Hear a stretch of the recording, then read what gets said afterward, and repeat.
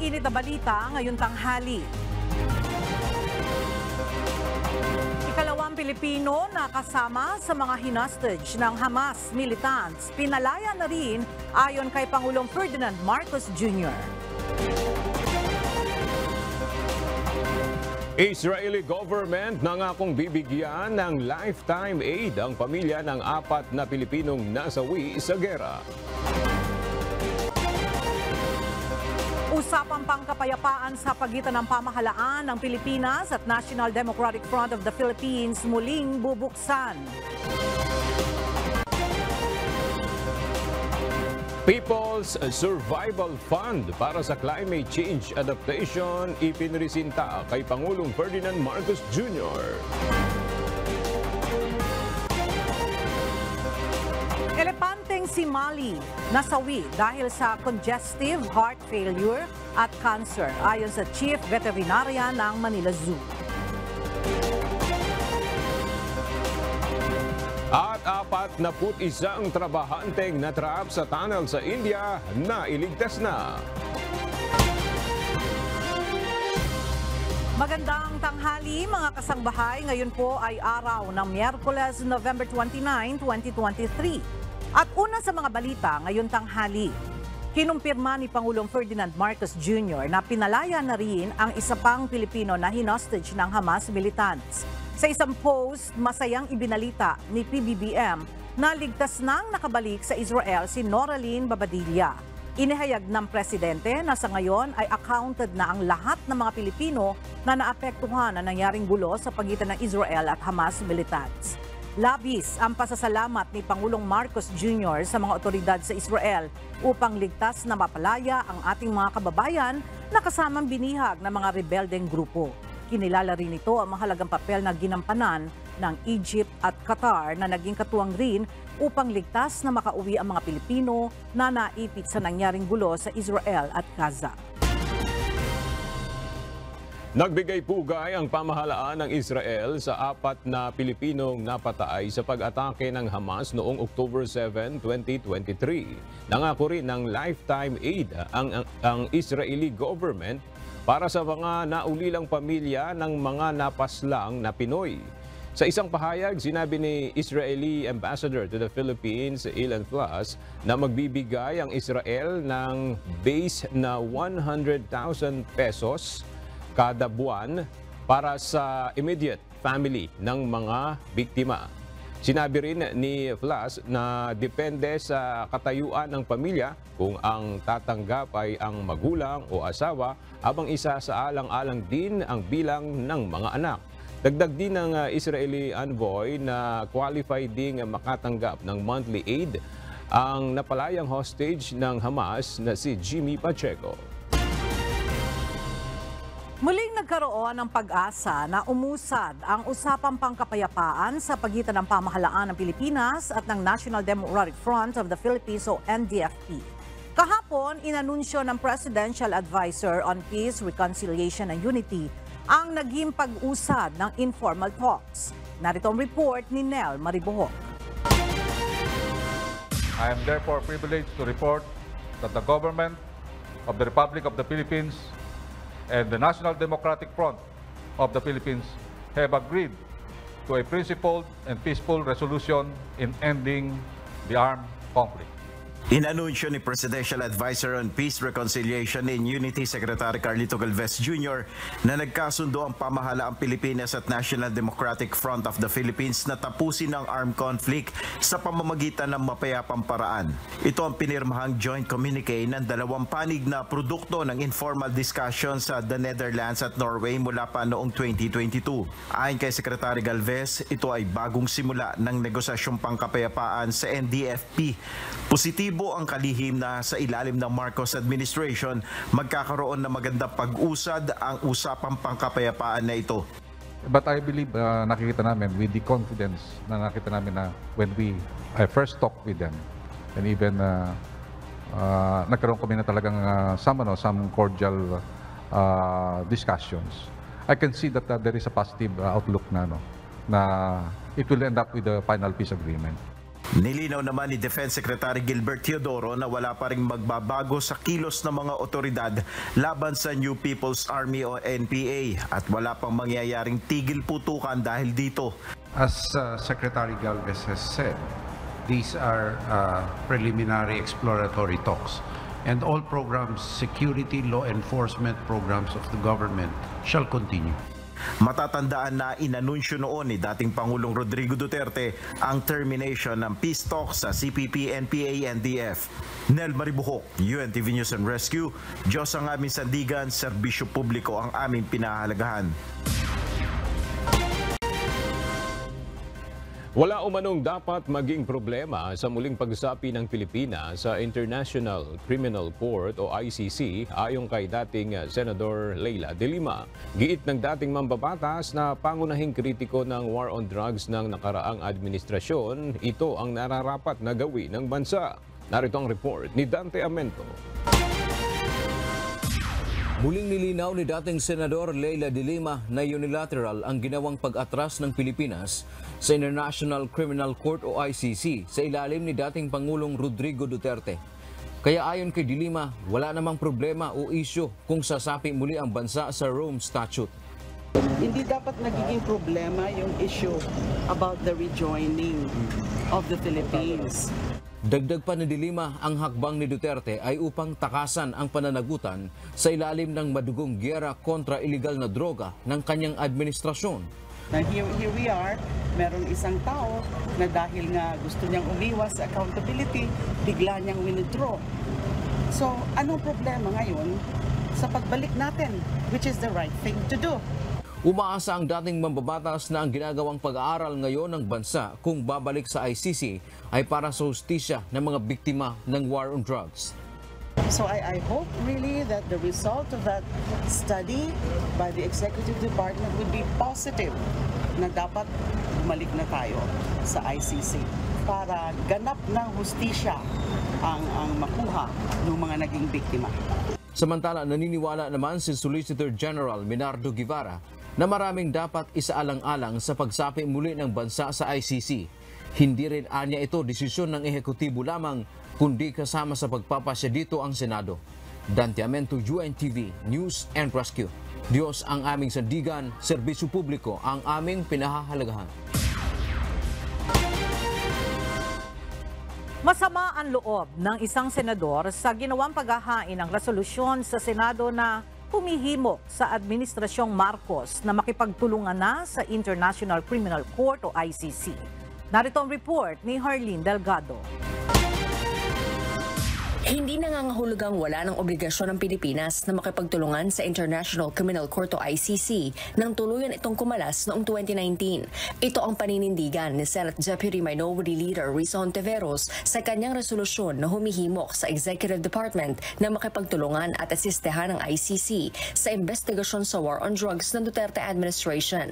Iginiit din ng opposition lawmaker na walang kinalaman sa politika ang paghahain niya ng resolusyon. Hindi timing sa House, hindi timing sa away ng kung sino-sino, pero 7 taon nang humihingi ng hustisya ang mga pamilya ng EJ case. Pero hindi kumbinsido rito si Senator Ronald Bato de la Rosa na aminadong sumamaraw ang loob sa ginawa ng senadora. Masama ang loob ko. Yung timing ba naman, kung kailan merong gusot between the Dutertes and the Speaker of the House, saka pa naglabasan yung mga resolusyon na yan, kung talagang sincero sila sa kanilang gusto, no, na papasukin ang ICC. Why did it take 1.5 years bago nila ma-realize na, uy, kailangan pala talaga nating papasukin ang ICC. Naging hepe ng pambansang pulisya sa Senator de la Rosa na nanguna sa oplantokhang ni dating Pangulong Rodrigo Duterte at una na ring tinawag ang kanyang sarili na number 2 accused sa investigasyon ng ICC. Nang matanong kung kakausapin niya ang kapwa senador kaugnay ng resolusyon, sagot ni Senator de la Rosa, No! No! Sabihan mo siya, no! Hindi ako plastic na tao. Yung smell ka, parang ngiting kabayo. Yung pala, sasaksakin mo pala sa likod yung nginingitian mo. Hindi ako ganung klaseng tao. Prangka ako. Sa plenary session kahapon, makikitang lumapit si Senator Hontiveros kay Senator de la Rosa at bahagyang nagkausap ang dalawa. Pero kung si presidential sister na si Senator Amy Marcos ang tatanungin, naghahanap lang daw ng gulo ang mga humihimok sa gobyerno na makipagtulungan sa ICC. Talagang basag ulo to. So they're really looking for trouble. But President Duterte has said repeatedly, bring it on.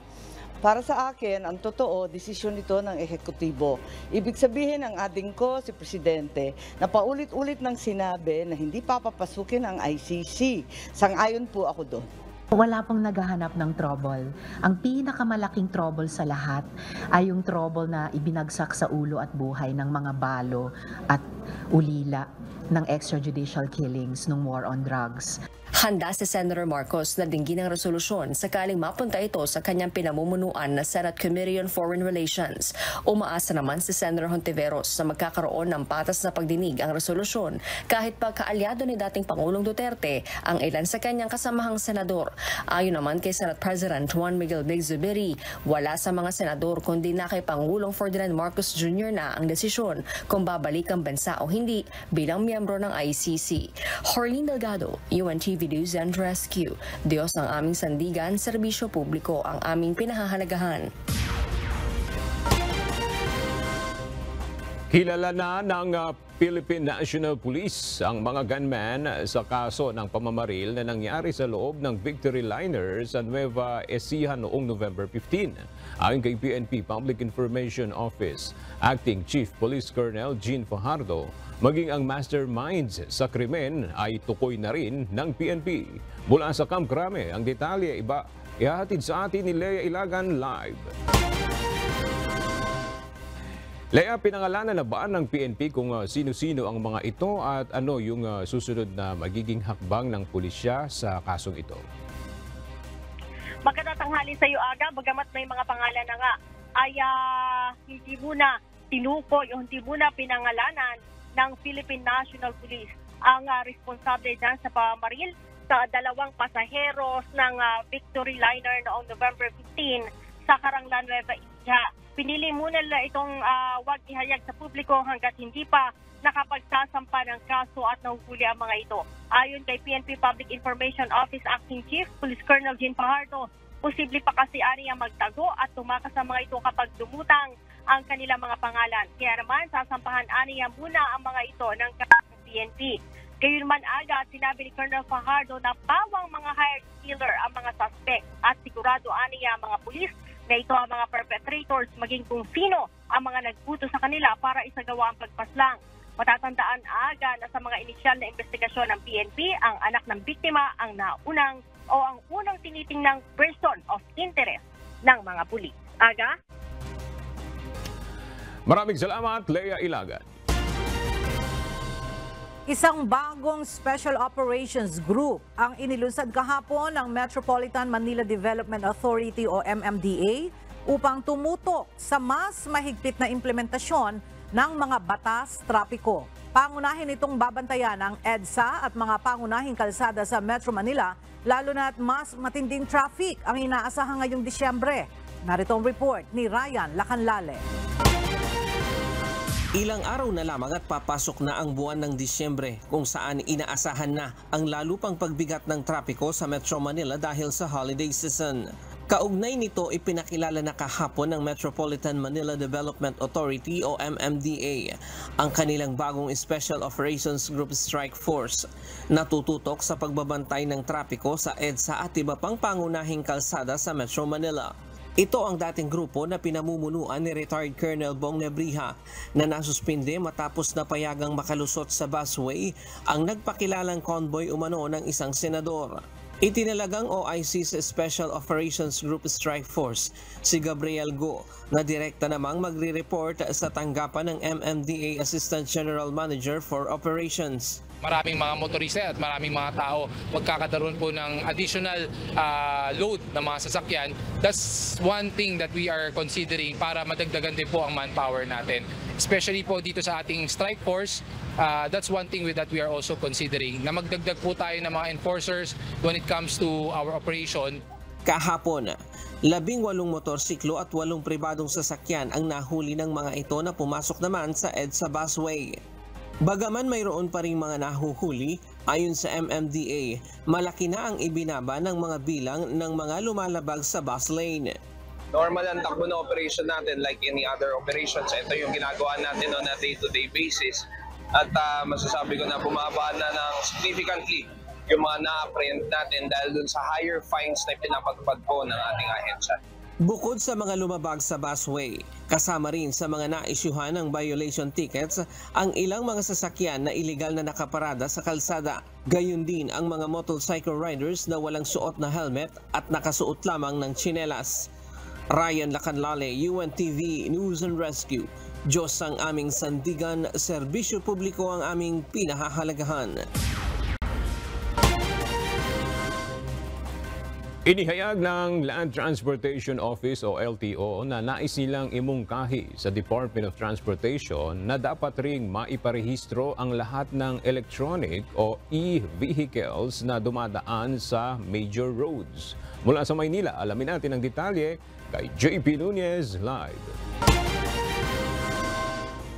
JP, ano ba yung kasalukuyang patakaran nitong ng LTO sa pagpaparehistro ng mga e-vehicles?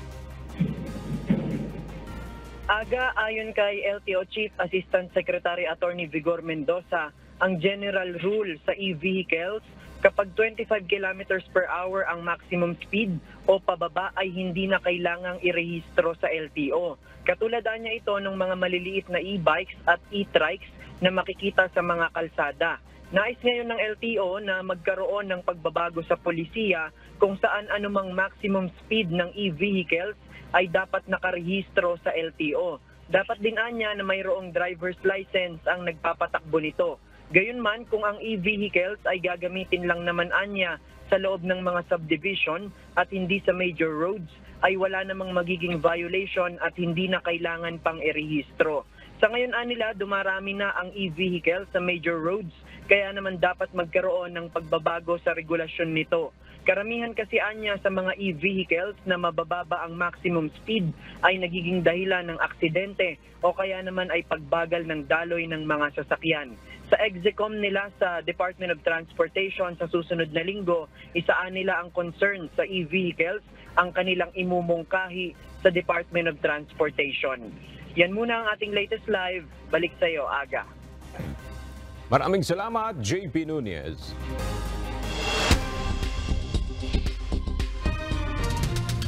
Roundup Balita. Tiniyak ng Land Transportation Franchising and Regulatory Board na may mga iahandang libreng sakay ang pamahalaan sakaling matuloy na naman ang planong tigil pasada ng ilang transport groups. Sa isang pahayag, sinabi ng LTFRB na may pakikipag-ugnayan na silang ginagawa sa mga lokal na pamahalaan upang makapaghanda ng augmentation vehicles para sa mga commuter sakaling matuloy ang strike. Nauna nang nagbabala ang grupong Manibela na muli silang magdaraos ng tigil pasada, bunsod pa rin ang napipintong deadline ng franchise consolidation na bahagi ng PUV modernization program. Ihigpitan pa ng Land Transportation Office ang implementasyon ng no registration, no travel policy kasunod ng dumaraming bilang ng mga unregistered na sasakyan sa bansa. Base sa datos ng LTO, lumalabas na mayroong mahigit sa 24 million na mga sasakyan sa bansa ang hindi rehistrado. Kaugnay nito, magse-set up ng mga checkpoint ang LTO na mag-check sa rehistro ng mga sasakyan. Bagaman batid ng ahensya na sa ngayon ay naghahabol pa rin sila ng backlog sa mga plaka, gayunman binigyang diin pa rin ito ang pangangailangan na maiparehistro ang mga sasakyan. Para sa mga mahuhuling unregistered vehicles, papaalalahanan lamang muna ang mga ito na magparehistro sa first offense. Habang 10,000 naman na penalty at pagkaka-impound ng sasakyan ang ipapataw sa second offense. Sa ngayon ay nakikipag-ugnayan na ang LTO sa mga lokal na pamahalaan para sa vehicle registration. Plano rin ng ahensya na gawin itong available online. Maabot na ng Pilipinas ngayong buwan ang target na tourist arrivals para sa taong 2023. Base sa datos ng DOT, Nasa 4,822,530 na ang mga bumisitang foreign tourists at returning overseas Filipinos na ang dumating sa bansa mula Enero hanggang Nobyembre ngayong taon. Pinakamarami sa mga pumasok sa bansa ay mula South Korea, Estados Unidos, Japan, China at Australia. Ang malaking bilang ng tourist arrival ay nakapagpasok na ng nasa 48 billion pesos na sinasabing second highest driver of economic growth para sa Pilipinas. Muling pinaalalahanan ng lokal na pamahalaan ng Pasig City ang mga empleyado nito na huwag gawing kalakaran ang korupsyon sa Kapitolyo. Kasunod ito ng pagkakahuli sa isang empleyado na humingi at nagpasuhol umano ng 10,000 piso kapalit ng pirma ng Office of the Building Official.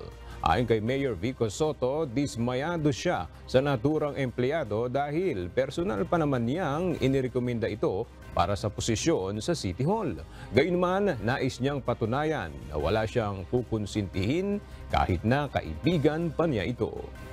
Sa kabila ng mga hamon at epekto ng mga kaguluhan sa ibang mga bansa, naniniwala pa rin ang Marcos government na maaabot ng bansa ang target na paglago ng ekonomiya ngayong taon. Sa kabila nito, ipinamamadali naman ng Finance Department ang pagpasa ng batas upang buwisan ang digital services at single-use plastics para may dagdag na pondo ang gobyerno. Narito ang report ni Nel Maribo. Tiwala ang economic managers ni Pangulong Ferdinand Marcos Jr. na maaabot ang 6 to 7% na gross domestic product growth rate para sa taon 2023. Ayon kay Finance Secretary Benjamin Jokno, maganda ang posisyon ng Pilipinas pagdating sa pananalapi at estado ng utang nito sa labas ng bansa. So in case ang problema kasi ng external debt is pag nag-devalue yung currency mo, then you have a bigger problem, right? So in terms of external debt, we don't face adverse external shock. Dagdag ng kalihim, nakikita ng World Bank na posibleng mahigitan ng Pilipinas ang paglago ng ekonomiya ng ibang mga bansa sa East Asia. Hindi naman isinasantabi ng administrasyon ang mga bagay na maaaring makaapekto sa usad ng ekonomiya ng bansa, tulad na lamang ng Russia-Ukraine war at gulo sa Israel at mataas na halaga ng produktong petrolyo at fertilizers. May banta rin ang naiuulat na outbreak ng pneumonia sa China. The fourth possible external risk, kaya I'm sure narinig nyo na ito, is yung outbreak of pneumonia in China. Okay? And we don't know yet the extent of that problem. And the other problem in China is the so-called property crisis. Ilang hakbang naman ang tututukan ng administrasyon upang maabot ang tinatarget na economic growth at makontrol ang inflation.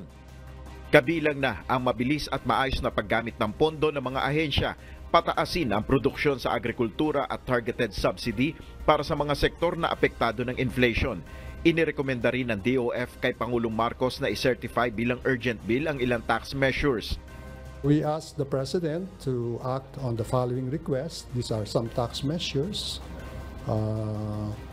VAT on digital services, excise tax on single-use plastics. This is for climate change proposal. Ito namang VAT on digital services. This is based on fairness, no? Kasi kung bibili ka sa brick and mortar store or regular store, nagbabayad ka ng VAT, bakit hindi ka naman magbayad sa digital service? Ayon kay Secretary Jokno, wala pang tugon ng Pangulo ukol sa kahilingan nila na ito na makatutulong para sa dagdag revenue ng pamahalaan. Nel Maribuho, UNTV News and Rescue, Diyos ang aming sandigan, serbisyo publiko ang aming pinahalagahan. Inaasahang lalagdaan na ni Pangulong Ferdinand Marcos Jr. bago matapos ang Disyembre ang 5.7 trillion pesos 2024 proposed budget. Ayon kay Finance Secretary Benjamin Jokno, posibleng bago umalis ang Pangulo papuntang Japan sa Disyembre ay pirmahan na niya ito. Si PBBM ay inaasahan dadalo sa ASEAN-Japan Friendship and Cooperation Commemorative Summit mula December 16 hanggang 18. Malamang. Kasi I was talking to the liaison officer to na-approve na kasi yung budget eh. So they will go into conference committee by December 1st. And so there's enough time bago umalis si Presidente. Ipininisinta kay Pangulong Ferdinand Marcos Jr. ang People's Survival Fund o PSF. Ayon kay PBBM, mahalagang hakbang ito ng pamahalaan ukol sa epekto ng pagbabago ng klima o ang climate change. Mula sa Malacanang, makibalita tayo kay Nel Maribuhok live. Nel, ano ba itong People's Survival Fund at gaano ito kahalaga? Yes, aga nakapaloob sa People's Survival Fund Resolution ang pag-aproba sa 541 million pesos na climate change adaptation projects ng mga local government units. Batay sa Republic Act No. 10174, ang PSF ay may initial na kapital na 1 billion pesos para mapunduhan ang mga programa at proyekto ng mga LGU at accredited na local and community organizations. Ayon kay Pangulong Ferdinand Marcos Jr., mahalagang hakbang ito ng pamahalaan upang makatugon sa nagiging epekto ng pagbabago ng klima o climate change. This milestone not only reinforces our dedication to climate adaptation, but it also signifies that for the first time, in a remarkably short period, the PSF board has approved projects of such magnitude. The PSF and the projects it funds will serve as a safeguard as we adapt to climate change and mitigate its effects. Kabilang sa mga benepisyaryo, ang Mountain Province na tatanggap ng mahigit 271 million pesos para sa pagtatayo ng Climate Field School para sa mga magsasaka. 126 million pesos naman para sa Maramag Bukidnon na gagamitin sa paglalagay ng drainage at early warning system. Ayon sa Pangulo, bukas ay paalis siya ng bansa para dumalo naman sa 28th Conference of the Parties to the United Nations Framework Convention on Climate Change o COP28 sa Dubai, UAE, kung saan sasamantalahin niya ang pagkakataon na ito upang isulong at ipanawagan sa global community na i-honor ang kanilang commitment, partikular na ang ukol sa climate financing. Yan muna ang ating update. Balik sa Iwaga. Maraming salamat, Nel Maribuhok. Sinimulan na ng Commission on Elections o COMELEC ang pagsira sa mga depektibong balota noong nakaraang barangay Sangguniang Kabataan Elections o BSKE. Kasama rin dito ang mga balota na naimprenta para sa Embo Barangays na may nakalagay ng Makati pero dahil sa desisyon ng Korte Suprema ay pinalitan ng Taguig. Paliwanag ng COMELEC, layo ng pagsira sa mga balota na hindi ito magamit ng iligal. Halimbawa kung may makakuha nito, aabot sa mahigit 3,919 million ang kailangan sirain ng balota na tinatayang tatagal ng isang buwan. Nagpaalala ang Commission on Elections na hanggang ngayong araw na lamang ang pagsusumite ng Statement of Contribution and Expenditure o SOSE para sa lahat ng mga kandidato sa nakaraang barangay at sangguniang kabataan elections. Bukod dito, magtatapos na rin ngayong araw ang election period at ang gun ban. Mula sa Maynila, makibalita tayo kay Dante Amento live. Dante, ano ba yung parusang ipapataw sakaling hindi umabot dito sa pagpapasa ng SOSE? Aga ayon sa Commission on Elections sa unang paglabag kapag hindi nga nakapaghain ng Statement of Contribution and Expenditure o itong tinatawag nilang SOSE ay mayroon niyang administrative fine o mayroong karampatang multa na ipapataw ang COMELEC. Pero kapag dalawang beses na aga na hindi nakapaghain ng SOSE ay tuluyan ng madiskwalipika sa pagtakbo sa posisyon sa gobyerno. Ang SOSE ay naglalaman ng kabuuang ginastos noong eleksyon, mapasariling pera man o kaya donasyon. Paalala ng Commission on Elections o COMELEC hanggang mamayang alas 5 na lamang ng hapon ang pagsusumite ng SOSE kaugnay ng nagdaang barangay at sangguniang kabataan elections sa BSKE. Ayon kay Chairman George Erwin Garcia, walang extension silang ibibigay dahil mahaba na ang isang buwan na kanilang inilaan para sa SOSE filing. Lahat ng kandidato, natalo, nanalo o matras man, ay kailangang magsumite ng SOSE kahit pa wala siyang ginastos. Dagdag pa ni Garcia, batay sa kanilang monitoring as of kahapon, nasa kalahating milyon pa lamang ang naghain ng kanilang sose. Pero ang kandidato noong BSKE ay aabot sa 1.414 million. Kaya umaasa ang COMELEC na karamihan sa mga ito ay ngayong araw sila magsusumite ng kanilang sose. Samantala aga hanggang mamayang hating gabi na lamang din ang ipinatutupad na election period at gun ban kaugnay ng halalan. Paalala ng COMELEC sa ating mga kababayan, halimbawa, bagamat ngayong araw na ang pagtatapos ng election period at gun ban, pero kung kayo ay mahuhuli mamayang gabi, ay ito pa rin ay sakop ng election period at maaari pa rin kayong makakasuhan ng election offense. At marami na rin sa ating mga kababayan na nahuli noong nakaraang election period o gun ban ay nahaharap na ngayon sa election offense. At kapag sila ay gustong tumakbo sa paparating na mga halalan, ay maaaring mahihirapan sila dahil maaari silang madiskwalipika. Yan man ating update mula dito sa Maynila. Balik sa iyo, Aga. Maraming salamat, Dante Amento.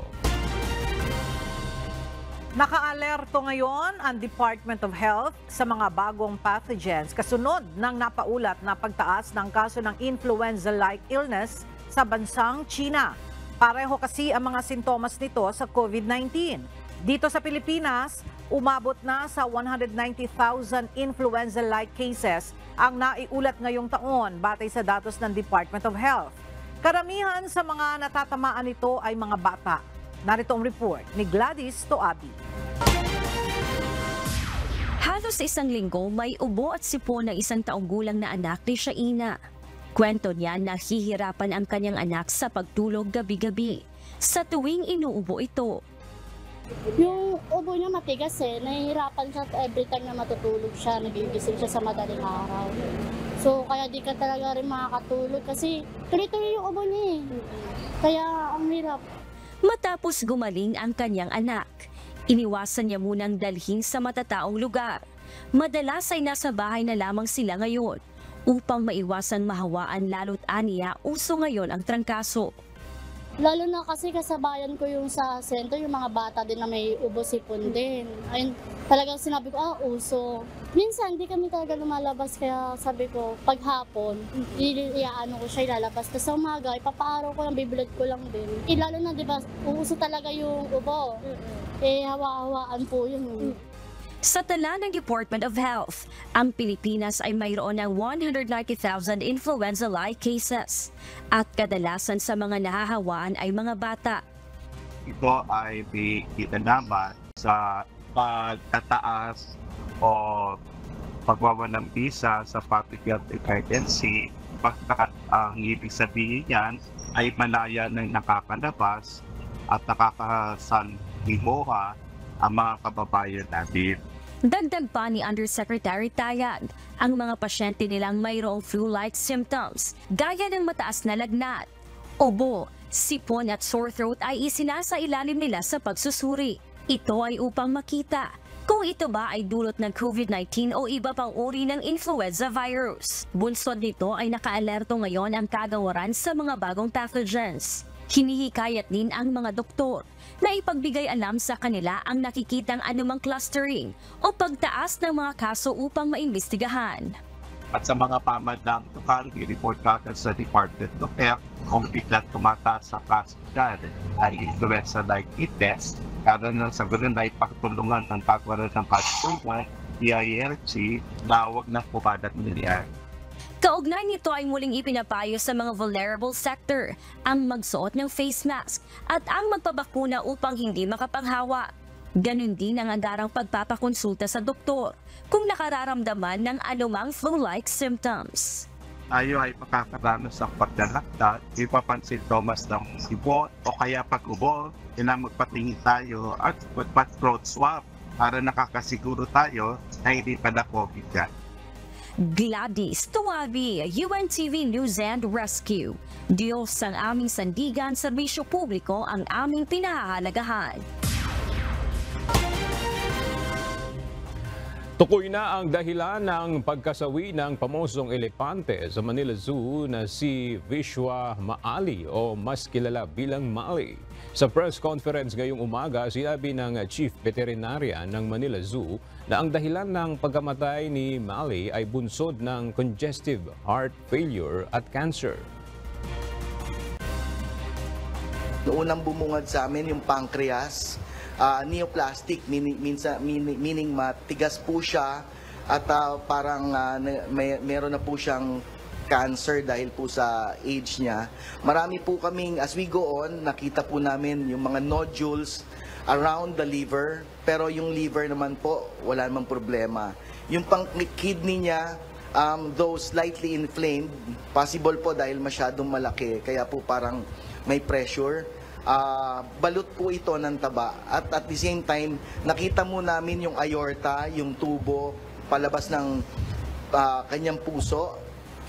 Ito po ay may makapal na taba na nakabara doon sa maaari po yun ang giging cause ng pagkamatay niya, yung congestive heart failure. Pasado alas 3 ng hapon ng Martes ng pumanaw ang nag-iisang elepante sa Pilipinas. Isinailalim ito sa necropsy upang malaman ang dahilan ng pagkamatay nito. Si Mali ay nasawi sa edad na 49 anyos. Ipinanganak ito sa Sri Lanka taong 1974 at idinonate kay dating First Lady Imelda Marcos noong 1977.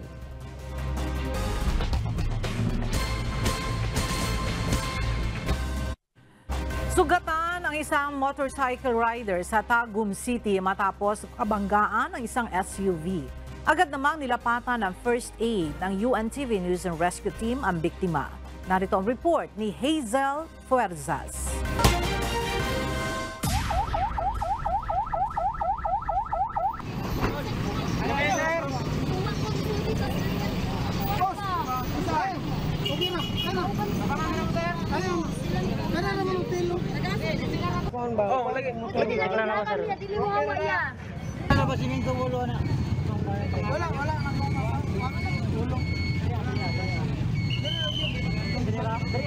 Nirespondehan ng UNTV News and Rescue Team ang aksidente sa pagitan ng motorsiklo at SUV sa Purok 6, Barangay San Miguel, Tagum City. Nagtamo ng sugat sa kanapa ang driver ng motorsiklo na si Joan Molano. Agad nilapatan na paunang lunas ang natamong sugat ng biktima. Wala sakit rin ah? Wala. Kani lang ibate oh. Kani. Tag na pa kay Juan ba? Wala, kani lang. Kani, wala sakit rin. Wala. Wala na. Sa inisyal na investigasyon ng Tagum City Traffic Management Office, nagpang-abot ang motorsiklo at SUV sa intersection. Involving doha ka sakyanan, ka silver Ford EcoSport o white Suzuki Smash motorcycle. So ang kaning EcoSport ikan sa Barangay San Miguel Paper, crossing Timog. Yan ang motor ikan sa Municipality of Santo Tomas, heading toward Barangay San Miguel Paper. Kapag abot na rin sa crossing, ang right side front tire portion ay go sa front portion sa pang motor. Motor resulta na tumba, cruise control, dinatumba ang motor nakahiyago mo. Samad-samad, parte siyang lawat. Matapos malapatan ng first aid ang biktima, ay tumanggi na itong magpadala pa sa hospital. Hazel Fuerzas, UNTV News and Rescue. Diyos sa aming sandigan, sa bisyong publiko ang aming pinahahalagahan. Susuportahan ng mga guro at paaralan sa Bulacan ang matatag agenda na isinusulong ni Vice President at Department of Education Secretary Sara Duterte sa taong 2024. Ito ang inihayag ng mga guro kasabay ng pagdiriwang ngayon ng buwan ng pagbasa o Reading Month. Mula sa Plaridel, Bulacan, makibalita tayo kay Nestor Torres live. Nestor, sa anong aspeto ba makatutulong itong matatag agenda sa mga estudyante at papaano ito susuportahan ng mga guro at paaralan dyan sa Bulacan? Yes, ang nasabing pagbabasa ay malaking pag-asa ito sa kinabukasan ng mga estudyante dahil kung tuturuan silang matututong magbasa ay magkakaroon sila ng magandang kinabukasan at buhay at ito nga ay susuportahan ng mga guro sa Bulacan para na rin sa kanilang mga kapakanan. Inaasang simula sa January 12, 2024 ay gagawin na ng Kagawaran ng Edukasyon ang regular na pagbabasa ng mga estudyante tuwing araw ng Biyernes o Catch Up Friday para sa reading, health, values at peace education. Sa pangunguna ni Inday Sara Duterte, nais ng Kagawaran ng Edukasyon sa ilalim ng matatag agenda na magiging maayos na ang kalidad ng edukasyon ng mga mag-aaral sa lahat ng mga public school. Ayon kay Maria Lourdes Patag, Senior Education Program Specialist ng DepEd Division Bulacan, ngayon pa lang ay inihahanda na nila ang nasa 540 na paaralan sa 21 na bayan sa lalawigan sa programa ng DepEd na Araw ng Pagbabasa tuwing Biyernes. Malaki ang pagbabago na magagawa nito sa buhay ng mga estudyante para matuto silang magbasa at magiging maganda ang kanilang kinabukasan. Sa matatag agenda ni Secretary Vice President Sara Duterte, ang kanyang programa na pagbabasa tuwing Biyernes simula sa January ay isang magandang tulong para sa mga mag-aaral upang mas lalong ma-enhance ang pagbabasa ng ating mga mag-aaral. Alam naman natin na tayo nagdaan sa pandemya at nagkaroon tayo ng pagkukulang.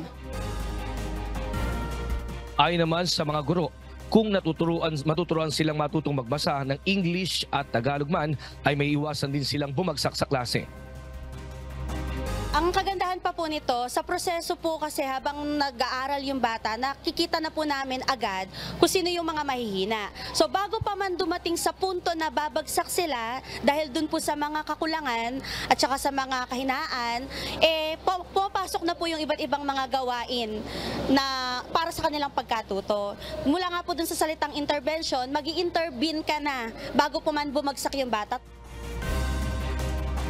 Samantala, kalinsabay din ang pagkikisa ng mga guro sa Bulacan dito sa Santo Niño Elementary School sa Plardel, Bulacan.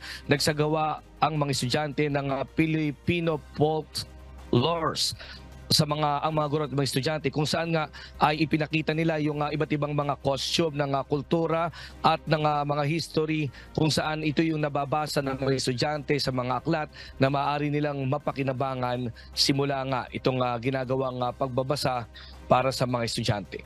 At yan mo Tiligis Live mula dito sa Bulacan. Balik sa iyo. Ella? Maraming salamat, Nestor Torres. Natagpuan na ng Philippine Coast Guard o PCG ang dalawang mangingisda na kabilang sa 5 mamalakaya na napaulat na nawawala sa Atimonan, Quezon noong November 24.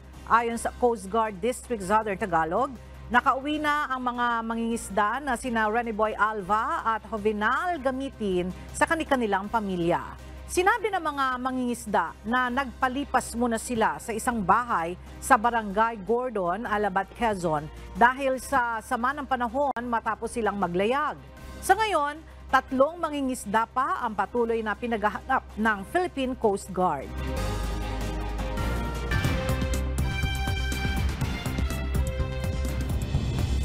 Nailigtas na ang 41 trabahanteng natrap sa isang gumuhong Himalayan tunnel sa India sa loob ng 17 araw. Gamit ang handheld drills, hinukay ng mga minero ang huling bahagi upang maabot ang mga ito sa 4.5 kilometer tunnel sa Uttarakhand. Agad na dinala sa ospital para ma-check up ang mga manggagawa. Wala namang injured sa kanila. Sa loob ng 17 araw, sinuplayan ang mga ito ng oxygen, pagkain at tubig sa pamamagitan ng isang makipot na tubo. Hindi makikipagpayapaan si Russian President Vladimir Putin sa Ukraine habang hindi nito nalalaman ang resulta ng November 2024 US election. Ito ang paniniwala ng isang senior US State Department official. Sa gitna ito ng concern na magreresulta sa pagbagsak ng Western support para sa Kyiv ang potensyal na tagumpay ni dating former President Donald Trump sa election.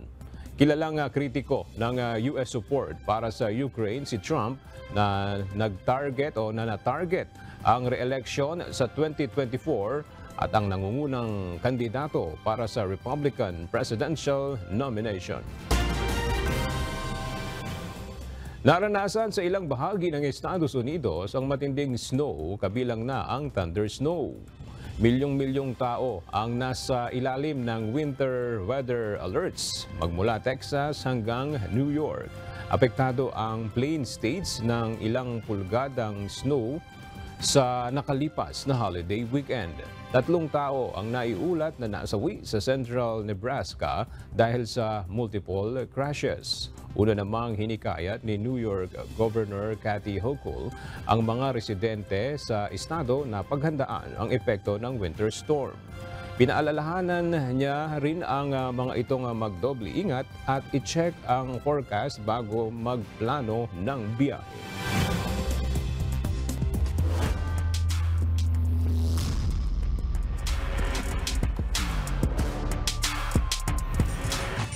Napanatili ng DENR Warriors at Ombudsman Graphbusters ang malinis na record sa kani-kanilang group sa pagpapatuloy ng eliminations round ng UNTV Cup Season 10 kahapon. Nasa losing streak naman ang Judiciary Magis matapos kapusin kontra NHA Home Masters. Narito ang report ni Bernard Dadis.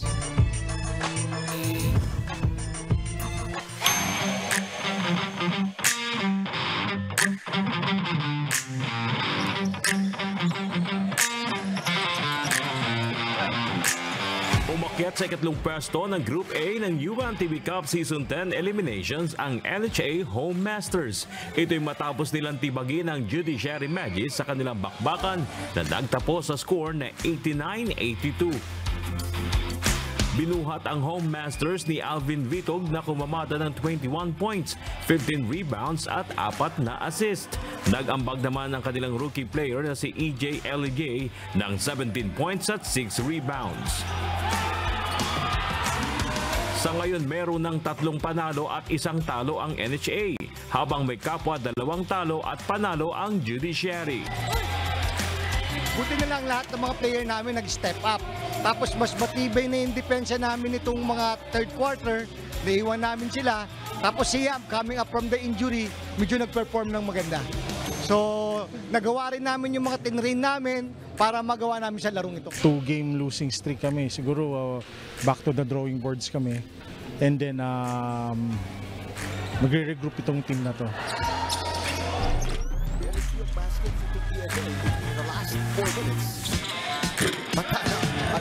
Hindi pinayagan ng DENR Warriors na makaporma ang DFA emissaries para makapasok sa win column. Dinumina ng DENR ang DFA sa final score na 112-88. Mas nanaig ang bangis ng Warriors sa pangunguna ng gentle giant na si Ed Rivera na humakot ng 17 points, 11 boards, 7 dimes at 2 steals. Humataw rin sa opensa si Alfie Grijado na nagrehistro ng 33 points at 7 rebounds. Nanatiling nasa itaas ng Group B ang DENR na walang talo sa 3 laban, habang ang DFA ay 0-4 win-loss record. Maganda yung laro natin at nagpapasalamat ako sa players na nag-respond sila dun sa ating instructions sa kanila to play hard. Kahit regardless kung sino man yung kalaban namin, naghahanda kami, and then yung mga players binibigay nila yung best nila. Hindi masyado na yung game plan namin kasi parating sa loob, medyo nagugulo. So yun nga, niremind ko yung mga boys na dapat kung ano yung game plan namin, kailangan namin mag-stick sa game plan. Hindi mo pwedeng pagdating sa laro, magiging iba yung namin, yung laro namin.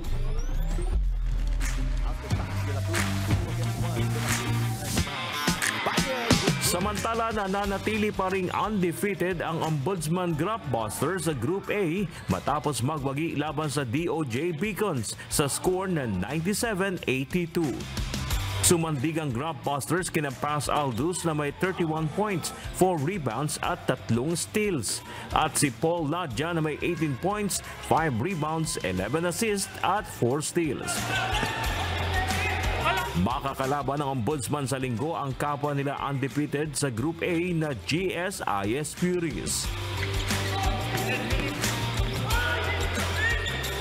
Bernard That is UNTV News and Rescue. Diyos ang aming sandigan, serbisyo publiko ang aming pinahalagahan. Narito naman ang mga balitang dapat niyong abangan mamaya sa Ito Ang Balita. Nasa 40 barko sasama sa civilian convoy sa West Philippine Sea ayon sa akbayan.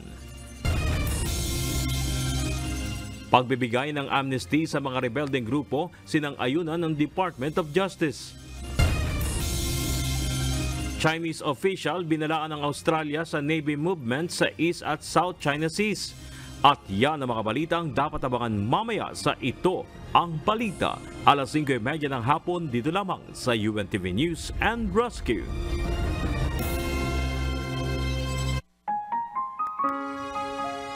At sa ating pong iiwang mga salita ng Diyos na ating sandigan mula sa Aklat ng Juan, Kapitulo 14, versikulo 6 na nagsasabi, sinabi sa kanya ni Jesus, ako ang daan at ang katotohanan at ang buhay.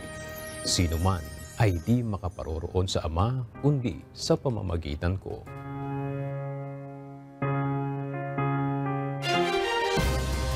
At yan ang mga balita ng aming tinutukan at inaksyonan dahil sa aming pagbabalita, una ang pagkalinga sa kapwa. UNTV C News, may balita saan mang panig ng daigdig. At dito sa UNTV, Diyos ang aming sandigan, serbisyo publiko ang aming pinahahalagahan. Magandang tanghali.